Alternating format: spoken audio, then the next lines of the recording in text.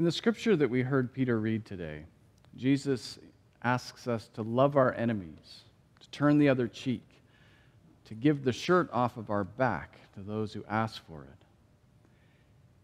Most of us find it hard to love our friends all the time, so how are we supposed to love our enemies? And for many, this particular part of the New Testament sounds like an exercise in masochism. Why would you let someone keep hurting you once they'd started? And, of course, this particular interpretation of this moral lesson, that you should just stand there and take it and let them keep hitting you, has been used against people who have less power. Women have also often been told the moral high road is just to be meek and just to keep taking the abuse. You're the better person. And other groups of people who have been oppressed have also been told, Christ told us we shouldn't hit back, so just be silent and take it. Your reward will be in heaven. And yet, if you look at the New Testament as a whole, Jesus is constantly telling people to resist. He tells people that when you help the poor, when you help the prisoner, when you help those who are sick, those who have been oppressed and hurt by the empires around them, you are helping me. Jesus is all about trying to end oppression. So why in these statements does it sound like Jesus is saying, just stand there and take it, let the oppression continue? Well, to understand what Jesus was talking about, we need to understand what life was like in the first century. It was a far more violent time than it is now. People hit each other a lot, often. People would have duels in the streets, and in homes, there was a whole lot of hitting going on. There were two types of hitting. If you wanted to use your fist to hit somebody, strike out like that, you could only use your fist if you were hitting someone of equal stature to you, equal socioeconomic status. And I have to give a shout out right now to the theologian Walter Wink. Much of what I'm about to say about hitting in the first century comes from his work. To hit someone with a fist or to open the face, slap them like this, you were doing that to someone who was your equal. So two property owners, two male property owners could do that to each other. But of course, if you hit an equal, you can expect them to hit you back. So that kind of hitting was always risky. The majority of hitting happened between people of unequal power. Back then, people had slaves. So masters were allowed to hit their slaves. Husbands were allowed to hit wives. Parents were allowed to hit children. But so that society didn't completely collapse into chaos, there were rules about that too. You weren't allowed to hit somebody to insult them or admonish them with your fist, because that would mean they were an equal. So if you tried to hit your slave with your fist, you were saying the slave was your equal and they could hit you back. That's not the way it worked. Slave was unequal. Therefore, how do you hit them? With the back of your hand. That's how it was done, with the back of your hand. And so you would slap them. But which hand? Well, there were rules about that too. The left hand was considered the unclean hand. I'm not going to go into detail about this, but let's just say that it wasn't until the late 19th century that toilet paper was invented. The left hand was the unclean hand. You don't touch people with your left hand. The right hand, however, was a clean hand. Jesus, we often hear in the New Testament that Jesus will sit at the right hand of God. It's good to sit right next to the right hand of somebody. That means that you're next to the power. So the right hand can be used for touching people, and if you want to admonish or insult someone who was your slave or your wife or your child even, you could use the back of your right hand. So, with that in mind, let's talk about turning the other cheek. And to explain this, you kind of have to see it. So, we're going to do a little bit of a demonstration here. Let's imagine that this is someone who is of lesser status than I. So, say I'm the master and this person is the slave. If I want to insult them, what I need to do is, using my right hand, use the back of my right hand, I'm allowed to slap them. The natural way to slap them is this way. Right? I get a good swing, slap. That's their right cheek. In Luke's gospel, which Peter read today, It doesn't specify which cheek is being hit, but in Matthew's gospel it does. Jesus says very clearly, if you wish to strike someone, you strike them on the right cheek. And then Jesus says, turn the other cheek. If they strike you, turn the other cheek. Why would you do that? Well, let's take a look. That's the right cheek. Turn the cheek here. This person can still see me. That's the left cheek. Let's say I want to hit them again. Well, it's really awkward to hit them with my right hand, which is the allowed hand, because I can't get a good swing. The left hand would be easy, but as we said before, the left hand is unclean, so I'm not allowed to use this left hand. So I can only use the right hand, and it doesn't quite work. And that's why Jesus is saying, if someone strikes you, don't slink, don't escape, don't cower, stand strong and turn the other cheek, because you are basically daring them to hit you again, knowing that they can't hit you, knowing that using their right hand, they can't actually do it. So the tables have turned in this interaction. The master had all of the power at first. Now the slave has taken over this agenda and said, really? You want to hit me again? Here's the other cheek. But this cheek, you can't hit. So suddenly, this person is actually in charge of this situation. When Christ said this to his followers, they all would have laughed, because it's a delightful way of turning the tables on the people who were being oppressed. Okay, so the next thing is the clothing, right? Jesus says, if someone takes your coat, then offer them your tunic too.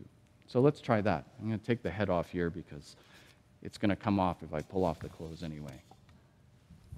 Okay, so taking a coat off. Let's say this person owes a creditor money, and they're so poor that all they've got left is the clothing on their back. Okay? So the creditor says, you owe me money. And the person says, okay, I'll give you my cloak. So I take off the cloak. Now in Deuteronomy, it says, if someone takes your cloak as collateral or as payment, you have to give it back to them by the end of the day, because they should not go cold overnight without their cloak. So there are really, really serious rules about this. You can't take someone's cloak without giving it back at the end of the day. But Jesus is talking about a situation where the person in question wants far more than just your cloak. They want everything. They want to just completely take all your stuff. Well, what have you got left? You've only got your tunic left. Okay, so you're going to take off your tunic. Okay, so let's take off your tunic. Jesus says, if they take your coat, take off your tunic. So that's what we're going to do. Take off the tunic, and you reveal nothing. Because back then, people only wore 2 pieces of clothing. So if you offer your tunic to someone, you're going to be standing buck naked in front of them. And once again, you've turned the tables. They were asking for money. You said, you can have my coat. And Jesus says, hey, if they keep asking, just give them your last piece of clothing and stand there naked in front of them. Now, in first century Jewish society, anybody who was naked, it's a shameful thing to be standing naked in Jewish society. But the shame doesn't attach to the person who's naked. The shame attaches to the person who made you go naked. Because no one should ever be in the position that they have no protection at all. So the shame would attach to the person who would ask for too much. So once again, Jesus is saying, turn the tables on the people who are asking too much. Don't just slink, stand up and say, yeah, you want more? Here, I'll give you more. And just stand there naked, and then they will be shamed into realizing, and everyone around them will see they have gone too far. So Jesus is teaching his people that they can have agency even in the worst of times. Look your enemy in the eye, Jesus is saying. It's not a prescription for masochism or the perpetuation of violence, but rather a prescription for having agency and dignity, even when someone is taking too much from you. Don't let them get away with it morally, Jesus is saying. He doesn't suggest that you hit them back. He doesn't suggest that you tackle them or try to use physical force to solve your problem. He says, if you're in a situation where you have no power, you can regain that power by looking them straight in the eye and taking charge of that situation in a nonviolent way. But does this really work, like in the real world? Will turning the other cheek or going naked force enemies to stand down? In the modern age, resistance by individuals can bring on fierce resistance from the state. And of course, we're seeing that right now in Ottawa. Right? A number of people decided to stand up to the state, and the response was a huge influx of police officers who are spending the weekend arresting people and clearing out the trucks from Ottawa. The federal government and the Ontario provincial government have invoked emergency power acts to deal with this situation, and civil liberty groups in Canada have said, no, particularly in the federal case, this is going too far. The crisis was not so significant that this should be necessary. So two groups are taking the federal government to court over this to try and overturn the invocation of the Emergencies Act. The fear, of course, is always that the powers that the government asks for during an emergency will be kept once the emergency is over. That this is a gradual upcreep in power by the government. Or that the government will claim that the crisis hasn't ended even when it appears to have ended. In Central and South America, this sort of situation led to many military dictatorships being established in the 60s and the 70s. It was often a fear of communism or peasant uprisings which led the military to say, we have to step in and establish order. Democracy is not working out. But what happened in reality was that these governments became the people's worst enemies. The military stayed in power long after the initial threat had passed. And any resistance against the government, especially by the young, was met with torture, kidnappings, and murder. In countries like Argentina, people disappeared by the thousands. You may have seen images of, in the past, Argentinian mothers gathering in squares and walking in circles to protest the disappearance of their sons and daughters. These police states made any show of resistance potentially fatal. And that's how they kept people under their thumb, by making those who dissented against them disappear and not even admit that they'd been killed. They would just disappear, leaving gaping wounds in families as they weren't even able to mourn properly through the burial of a body. Turning the other cheek to these military dictatorships, looking the enemy in the eye through protest, turned into an invitation to disaster. However, in time, it usually took a few decades, these military dictatorships all lost power. People became sick of their terrorism and their lies. In the 1970s and 80s and after, these military dictatorships gradually crumbled away and were replaced by democratic governments. But now these societies had a really serious problem. For decades, government agents had been kidnapping people, torturing them, even killing them. And now those military dictatorships were over, so it meant their henchmen were walking the streets. Someone who had tortured you, or perhaps kidnapped your brother or your son or your daughter and killed them, was now free. So what do you do about that? How do you love your enemy when you know that they're walking down the street and they've never gone to court over the fact that they murdered or tortured someone? Well, this was the problem which faced all sorts of societies in Latin America, like Chile and Argentina and Brazil. Also happened to Spain, over on the other side of the ocean. So the solution that most of these countries came up with was to adopt a policy of amnesia. The military dictatorships, in many cases, passed bills just before they lost power where they declared that anyone who had been involved in these troubles would have immunity from prosecution. So they got themselves off the hook before they lost power.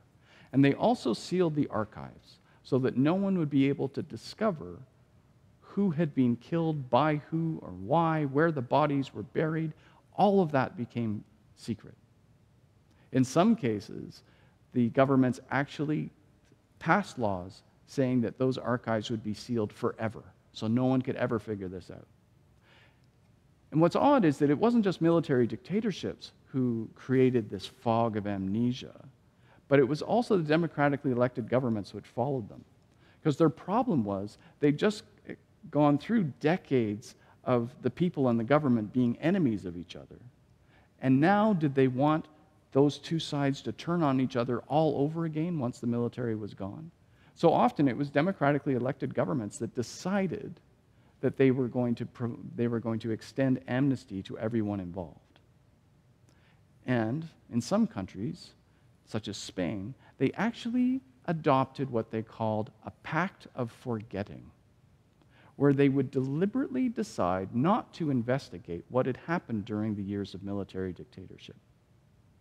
The archives were sealed. Historians were discouraged from trying to find out what had happened. People were discouraged from trying to find where the bodies were buried. And a general silence, kind of like the cone of silence in Get Smart, silence descended over society. And what it meant was that if you went to high school, you wouldn't learn that any of these things had ever happened. Historians weren't writing books about it. High school teachers weren't allowed to talk about it. It just became something that everybody decided to forget.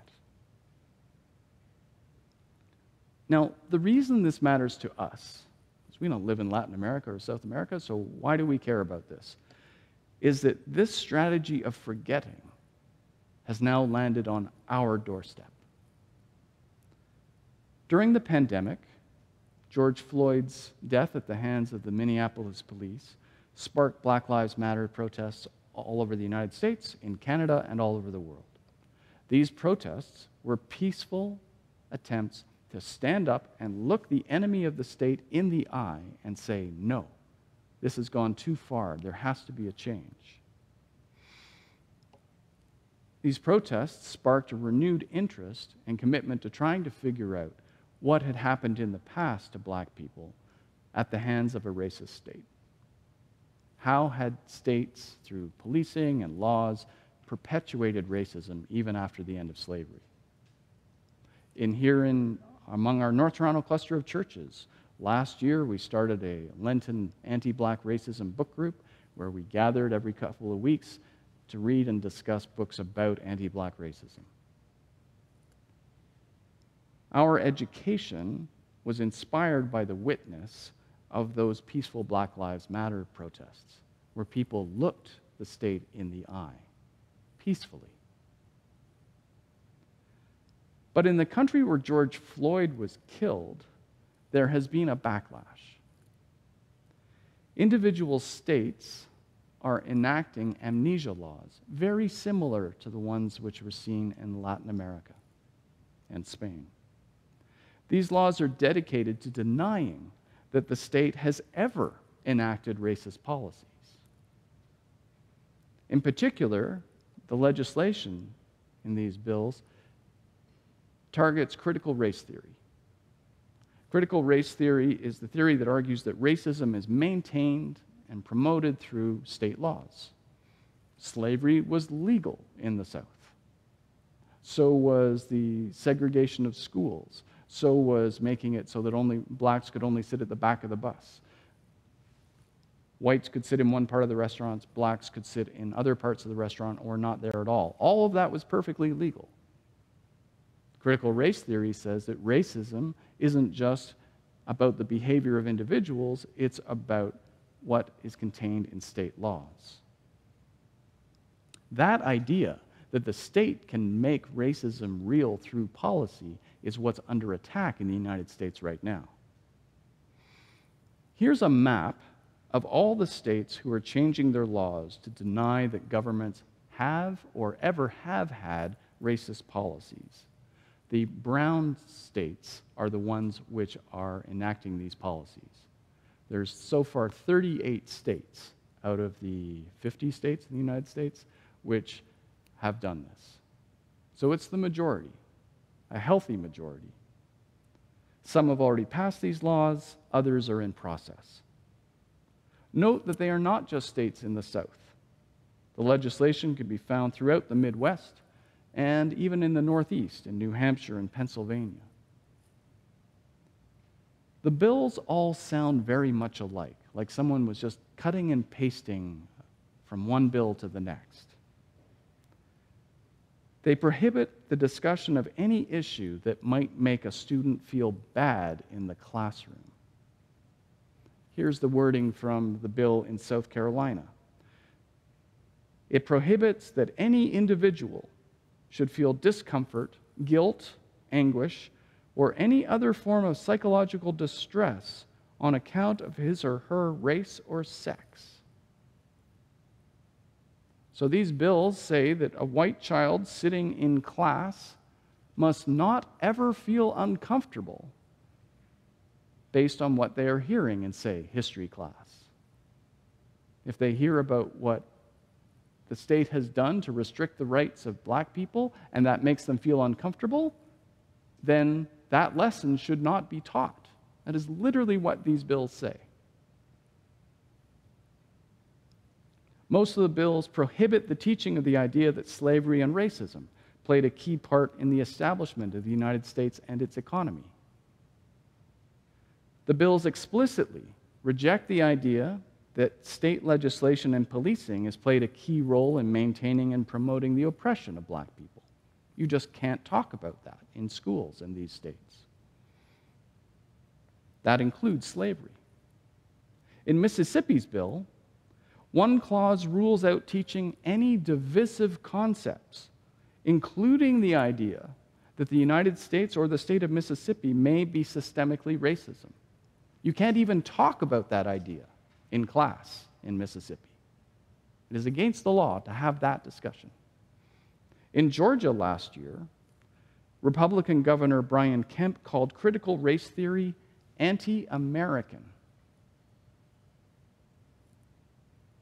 This is Black History Month, a tradition that was started in the year 1970 in the United States. Yet now, 52 years later, dozens of American states are making it impossible to teach black history fairly. White American politicians and their supporters are enacting their own amnesia laws.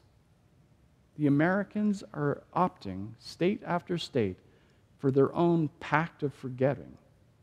Except that it's not everybody who wants to forget, just some people, the people who have had power. Jesus told his followers to look your enemy in the eye and to love them, but keep your eye on them. Keep your dignity. Proclaim your humanity through nonviolent resistance. But what should we do if our enemy won't even look us in the eye? What do we do with an enemy who has no sense of shame, who would rather close their eyes and walk away than look at the people that they are mistreating? When Jesus advises that we love our enemies, he says we should pray and bless them, not because they are doing good things, but because they are just so lost. Jesus reminds us that God loves all people, that God provides blessings for people even when they're completely ungrateful and unmerciful. We're called to do better than to just love the people who love us, because that's easy. Everybody can do that. That's what we do as a matter of course. Jesus is calling for us to take it up a notch, to be more like God, to love even those who don't love us, who are our enemies. Not so they can keep oppressing. We pray for our enemies because they are blind to the beauty and humanity of the people that they are oppressing. We're called to maintain our dignity, to keep looking them in the eye. Not only to maintain our integrity, but to serve as a witness to our humanity to those who would deny it. We're called to be allies, to stand with the oppressed, even when it's not our cheek that burns from the slap. Christ urges us to insist on the dignity of each human being, even including those who are the most deluded, the most lost, the ones who come to us as enemies. In South America and Spain, the amnesia laws didn't last, and neither did the amnesties. It took a decade or two in most of these countries, but governments eventually realized that just forgetting about everything wasn't working. There were too many broken hearts that needed to be healed, too many truths that needed to be spoken. Other nations, allies, dragged dictators into court outside of the countries where they ruled, and they were called to account. The graves of the disappeared were located, and amnesty laws and those pacts of forgetting were overturned. The African-American theologian Cornel West has said that justice is what love looks like in public. To love your enemy means praying for their return to look you in the eye, for the angry hand to drop, for the cloak and the shirt to be handed back, for hatred to turn into remorse, for denial to turn into recognition and respect, for love to inspire compassion in the one who was once an enemy. That is why we are called to love our enemies, because in doing so, we liberate them as much as we liberate us. Amen.